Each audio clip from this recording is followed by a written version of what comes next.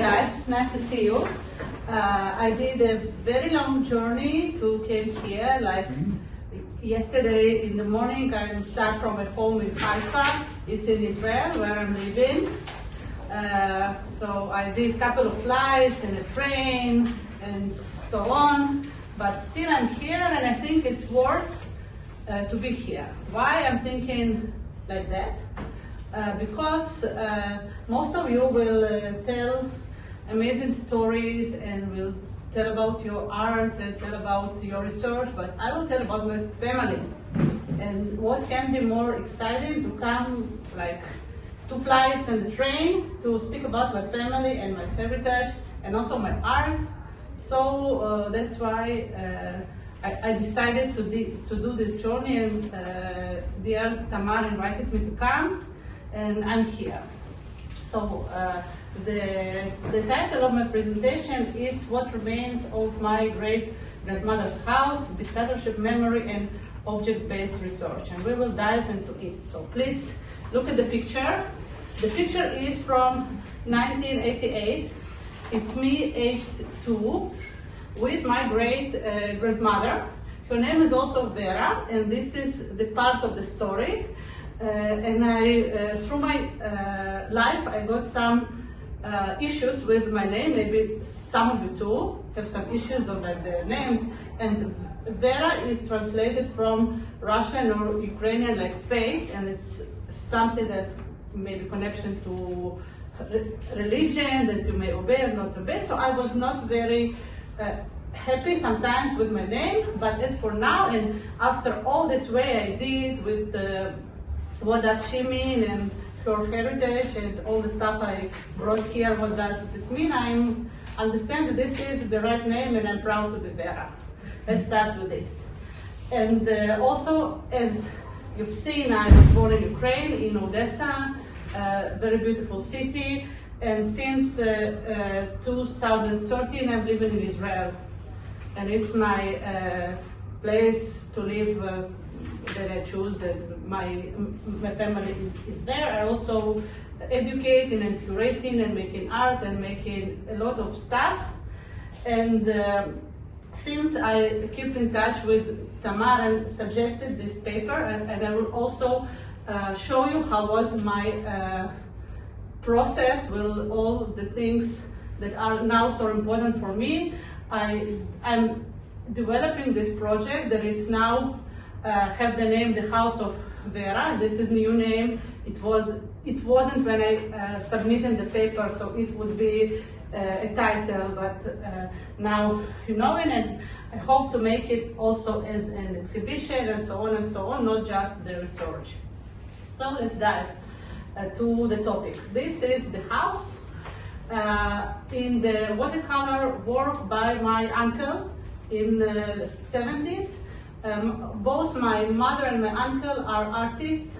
My uncle died 30 years ago, and my mother is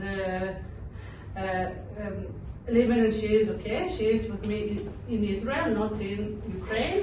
And they were artists, and they spent their childhood and when they were students in the art school with their grandmother, and was painting this place. So I have also such kinds of materials. And this is the house from the Google Maps. This is the best image I could get. As we know, there's war in Ukraine, and there is the reason why I'm wearing the t-shirt to speak about it. And this is from 2015, when the machine vision took the picture, and this also some lawyers that I'm adding to my project from the most recent image I can get, since it's impossible. It's possible, but very dangerous to travel there, and also I have small children, so it's not very easy. So this is the house 10 years ago, and I'm also using this image in my project. And this a little bit to understand, the house is in the very small village in the very heart of Ukraine. It's called now Smila. The place when I knew it, and when I was small and also the baby, like in the picture before, was called Shevchenko Station, and it was from 19th century, like Bobrinsky Station, and it's huge railway station. Those are the pictures from 1945 from the big website that collect all the materials from the Wehrmacht, the Nazi army and German army. What they took the pictures from the connected to the railway alone, and it's thousands of pictures because it was huge logistic machine to provide the stuff to the place. And my great grandfather, the husband of Vera, he was working on railway station, and the building was like 5 minutes walk from the place, and I'm pretty sure that this is the building. I'm not sure 100%, but this is what I feel and what I know also from the Google Maps when I match it. So this is the building in these photos. Until now, it's the huge crossroads railway station, and it's also important why this place was occupied and why Nazi was there, and why now the place was bombing, because it's the logistic place that they want to ruin or to keep for themselves to make the occupation of the place. So let's see what is it about. So there is two objects that I bring here, the plate from 1941 that when in, we will go one second here, when in 1994 my great grandma died and we sold the house. So her daughter, my grandma, she bring some stuff, like one bag, not too much, and as I discovered later, it was also the plate and the rug and some other stuff that was more casual, that is not, we didn't preserve it, like these objects. And when I was a teenager and we was living in Odessa, I was sometimes seeing these objects, and they were very strange for me. But I understood that they are worth attention. And so when I got older and when we was moving to Israel, I was the one in my family that I thought I want to keep this, I want to keep this with me, like my heritage. And also, we know the huge family, everyone was okay with this, so I took this object and they was with me, but I never was thinking they are important to my identity or who I am.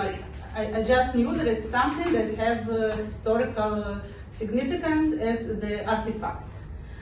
Also, I just shown here in timeline, we have artworks from my family members and also some family photographs from the place, mostly from the time when my grandmother and my mother was young and spending time in this place.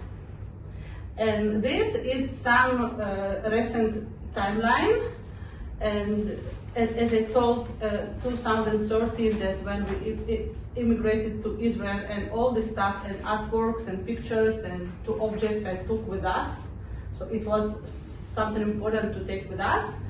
And I highlighting here in red the Russian invasion in Ukraine. This was the first time I was starting to think that these objects are important.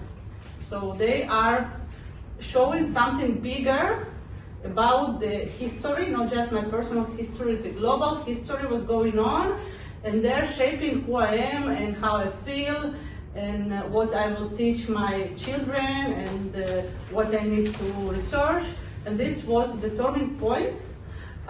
This was a couple of years ago. It took me a couple of years to reflect it.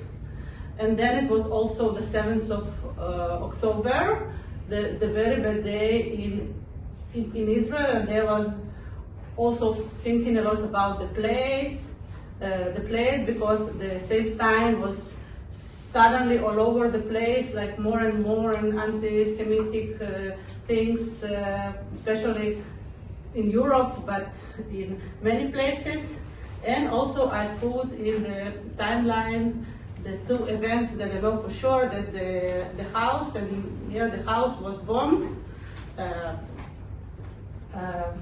because it's near the strategic place of the railway station. So let's go inside the objects, this what we are here about. So let's start with the rug. It's very nice, as you see. You can look at it, I brought it here. It's around 100 years old, and I'm also not sure, but as I asked my mother, probably it was done by my great-grandmother's sister, because she was doing such textile works, and my mother remembering it from her childhood. So it's not 100% authorship, because I cannot check it, but it's what I know from the family legend. And this is I will show you also this made with the linen fabric, with some, you see, collage appliques here from other fabric, and also some embroidery on it. So I put it here, you can look it later better. And what is showing? It's showing the young pioneers. What is the young pioneers? Somebody here know? Please raise the hand. Okay. Oh, you're clever one in the room. Okay. So young pioneers is like Boy Scout or some youth organization in the Soviet Union from the very beginning, from 1922. And it was done very ideological to raise the sense of public duty and duty for the Soviet country in the children aged 10 to 14. And I will tell you that there was other organization for the younger children. So they started it from like age of 5. So it was the organization 5 till 10, 10 till 14, and then the other one for the youth, and then the other one is the communistic party that you need to go there. If you are not going there, you cannot be in good titles in any job or whatever to be successful. So this is who are pioneers. And how do I know that there are pioneers? That there is very recognizable symbols for this organization, and it was through all the years, like it was from 1922, and this, I think that the rug is also from 20s, when it was something new and everybody was exciting, that this is new, something symbolic, and people was thinking that will make children being like ordinary people was thinking that would make children be more organized and better, so they were very happy that there is something like this, and they had the tie as the part of the bigger red flag that was the flag of the Soviet Union, the pin. They always did some marching and music with the horn and the drums. And all this we see here. Yes, we see the flag, we see the tie. So we can be sure 100% it's about the pioneers. And it's like very, from the first side, it's very positive and optimistic. But each time when my mother, that she herself was a pioneer, seeing this rug, she feels very bad. also as the Ukrainian, and also as the person that she lived all her life in the Soviet Union and know all the other side of thing. And also, she always, when she is looking at it, she's always telling me, look, they have the weapon. They were coming with weapon from the beginning, like they are bombing now, but from the beginning they came with the weapon, and it was like so naive here, but they are with the weapon, a lot of weapon here, from any type, with the little children, they are marching, and it's like, when we think in second time, it's not nice. It's not that nice like from the first sight. So this object, for now, it's not something decorative for me like my distant relative did, that it's something very ideological and something that witnessing about the totalitarian regime, that it was like this from the beginning. From the very beginning it was like this, and that's why there is some people maybe in Europe or some other places telling me we was surprised in 214 and then was surprised in 2022. I never was surprised, and the same my mother, because this was there from the beginning to occupy this, to rule it, and this even in the Russian government they're not concealing it, they're telling it straight away. They are just our part, so we need to take it back. So this is here from the beginning. So let's move to the other object. This is the plate. You also have it here. It's a bit younger than the rug, but still very old. And when I will tell you honestly, when I was coming back to my grandmother's house in Odessa, after she brought this stuff in 90s and later, there was never some special attention to this plate. I have no idea why. There was first time I've seen it. We had birthday, and it was some, I think, some salad on it. And then I was washing dishes, and we will talk about washing dishes later, and it was shock. And I even didn't use, like I know now what does it mean, but it's like this. And the other moment was when the same, it was some celebrating, and I think we was using this because we didn't have enough dishes, something like this, for this reason. Not because to recycle, but just because we needed another plate, and it was another plate. And next time I heard from our neighbor that he was invited to the party, that he are interested to buy it because he understood in this kind of stuff that it can be sold in Amazon, whatever the places they sell. But I'm really happy nobody sell it. It's a plate, and not very beautiful plate. And from the some have it here, some Bavarian manufacture that it's not working now, but the very old one. And I checked in internet. They did amazing dishes like plates and teapots, and very beautiful with flowers and birds and whatever. And most of them had the normal label. They have like 20 labels from the different periods, and the one is very not nice for me, and I hope for you. And it was used, like we see here, on items for official use in military and in the offices through this Nazi time. And this sign is yes. Okay, yes, okay.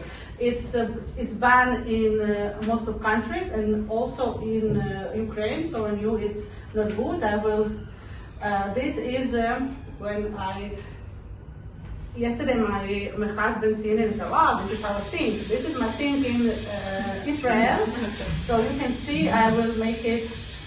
I will do some. I'm washing dishes. I have a dishwasher, don't worry. But here I'm washing dishes like I did it in many years ago, and see the plate for the first time. And then I have no idea how I can move it here.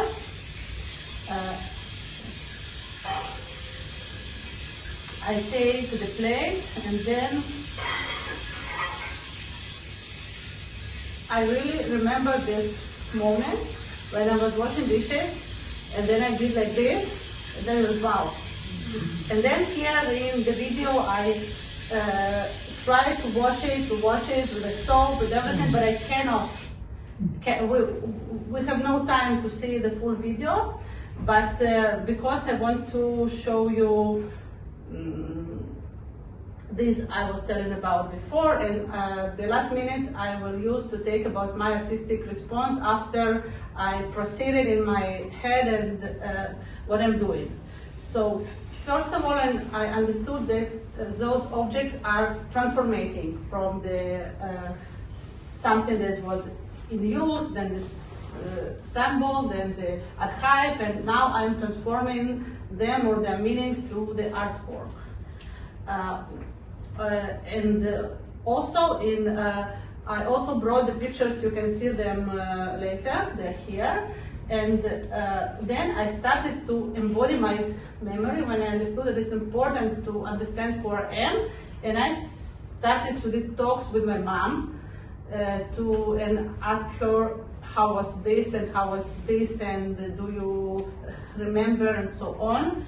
Then I was starting to collecting all the archives I have about how the photographs and artworks and everything. Then I started to do memory exercises. What does it mean? That's something that GPT chat advised me to do. So I just opened the laptop for like half an hour and sitting and putting on the list every small piece of memory I have. And last time I was there like in the age of 5, and I got in a lot of stuff, just continuing and proceeding in my head. And also I started to do some overlays and mapping and the digital reenactment. It looked like this. I took the image of the recent one that I have and starting to make this puzzle from the different parts of archives. Also, this is in the household building, how do you call it? Shelf, yes. And you have here the Google Maps, and then the drawing from my uncle, and then the picture of the thing. And also here with the whale, and this one I bring here also. And this is the railway station. And you can see this is the picture from the Wikipedia of the place, and it's in Ukrainian there, the Shevchenka station. And also I include the picture from my grandma and my mother and some other girl, our relatives, on the same station, and it keeps some communistic also symbolic. And also like those girls are in almost the age of the guys from the run, so I put them together. And there is some more pictures, so this project is ongoing is now, and I yet have an ideas how I want to print it, to make this installation, like the full scale of the building with different layers of this collage. And I would like to exhibit it, maybe you have some ideas, I would like to connect. That's it, thank you very much.